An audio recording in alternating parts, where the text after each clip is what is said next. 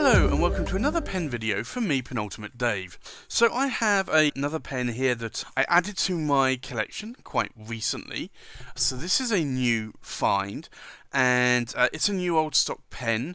It comes in this clamshell box, but it's actually a smaller clamshell box than I've seen in the past from Visconti. So this is a Visconti. It's a Kaleido Voyager. So let me open the box. So the first thing you see here is this kind of like a parchment paper, and it just basically goes through the international warranty and how to use it, and this is basically the instructions here with the international warranty in English. Now, if I just move it out of the way, this is the pen, and it's a lovely pen. So let me take this out and remove the box, and you'll see this pen here. It is absolutely gorgeous. Now, I have some of these in other colours, and I really do like this sort of like swirl pattern that goes on. So I'll show you up a little bit closer here. You can see the amount of chatoyance. So it's like a standard green colour, and so it's called the forest green. But it has a lot of chatoyance in it, and then it has this sort of like white, almost like 2D style ribbon that goes around it, and it goes around the cap and around the body. But you can see there, it's a really lovely ribbon effect, and the chatoyance there on that pen is very striking. So I have this in the honey almond. I also have a Ducati Palazzo, and I do love those. The Ducati Palazzo is a demonstrator. So you see the pattern more on the cap and the filling knob. So this is it's a very striking pen. So because it's an old style Visconti Voyager or Kaleido Voyager, you don't have a My Pen system on it, but you do have a finial there, so it's not removable. You have the old style kill clip, which does move a little bit, and Visconti have now changed that on more modern pens to the bridge clip.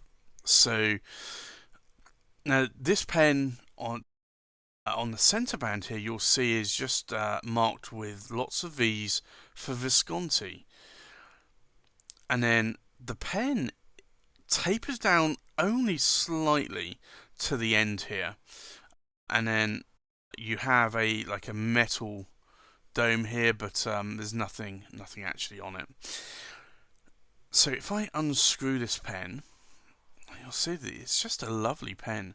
So in terms of the nib, we're looking here at a 14 karat gold fine nib, and it's a really nice nib. I do like this. I tend not to go for fine nibs that much. I tend to really go for more medium or wider nibs. So maybe a broad or a stub, maybe even a double broad. But now and again, I do like the finer nib, and this is a nice nib. So what I'll do, this is inked up, so I have to be a bit careful. Try to unscrew it. I'll show you the filling mechanism. All Voyager Kaleidos are basically a cartridge converter. So you'll get around about 0.7 milliliters of ink in these pens. And to be honest, that is enough for most writing experience. I have power vacs, I have pistons, but I do find actually going back to cartridge converters, they are a lot more easier to clean. But just look at this chatoyance here on this pen. It's just absolutely stunning. So this is a really nice pen. I managed to pick it up for a fairly good price. So I decided, because it was available, I would pick up this pen. add it to my collection. I do like the Voyagers. It's a shame that you can still get them, but they are harder to come by now. So if you see one, try and snap it up. If you do like that pattern, because that is a really really nice chatoyance going on there. Now, I guess in terms of size and weight, we'll do a size and weight check. So, in terms of size, we are looking at around 142 millimeters long and around about 68 millimeters for the cap, because the cap does actually extend below that cap band. Now, in terms of the length of the pen, we're looking around about 133 millimeters there. And then in terms of weight, let's check the weight. We are looking, and this is fully inked, at just over 32 grams. The cap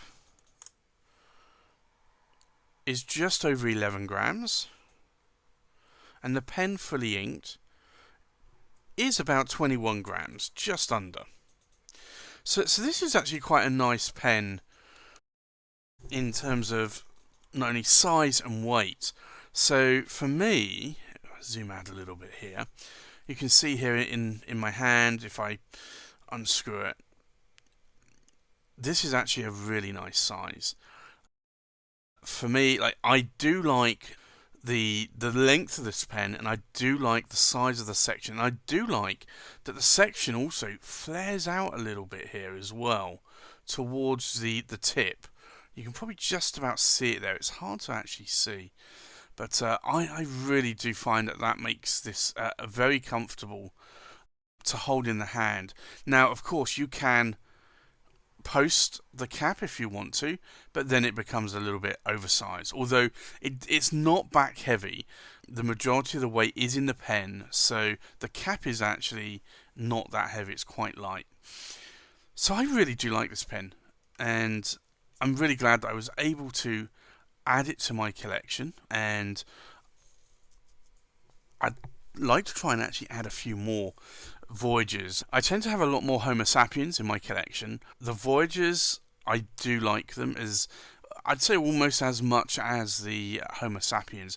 I think the Homo sapiens size and weight is probably ideal for me. These come in a little bit lighter, about the same length though, but they're a little bit thinner. So these are really good for long writing sessions. So I think let's go and do a writing sample. So, this is the Visconti Kaleido Voyager, and this is the forest green.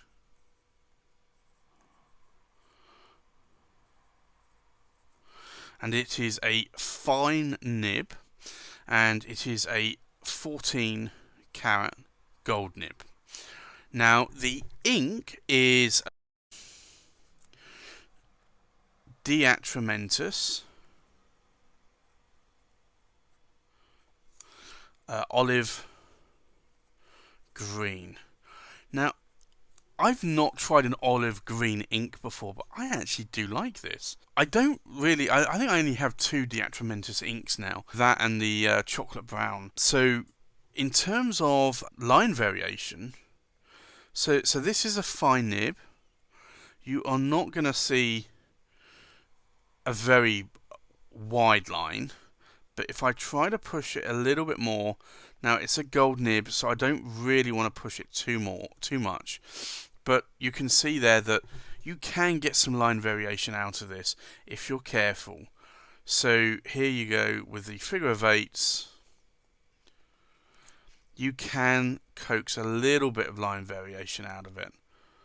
So in terms of the writing experience, it's actually quite nice.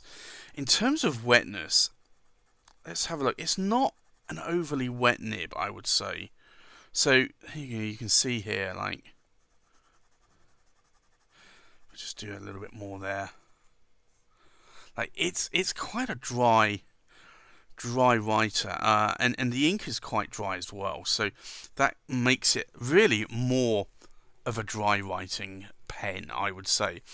But you can get some line variation out of this, and you can also get quite a bit of shading depending on the ink as well. So you're getting some shading here where you're seeing the line variation a little bit more. So this is the review of the Visconti Kaleido Voyager Forest Green. Thanks for watching. Please like, comment, and subscribe, and I'll see you on the next pen video. Bye bye.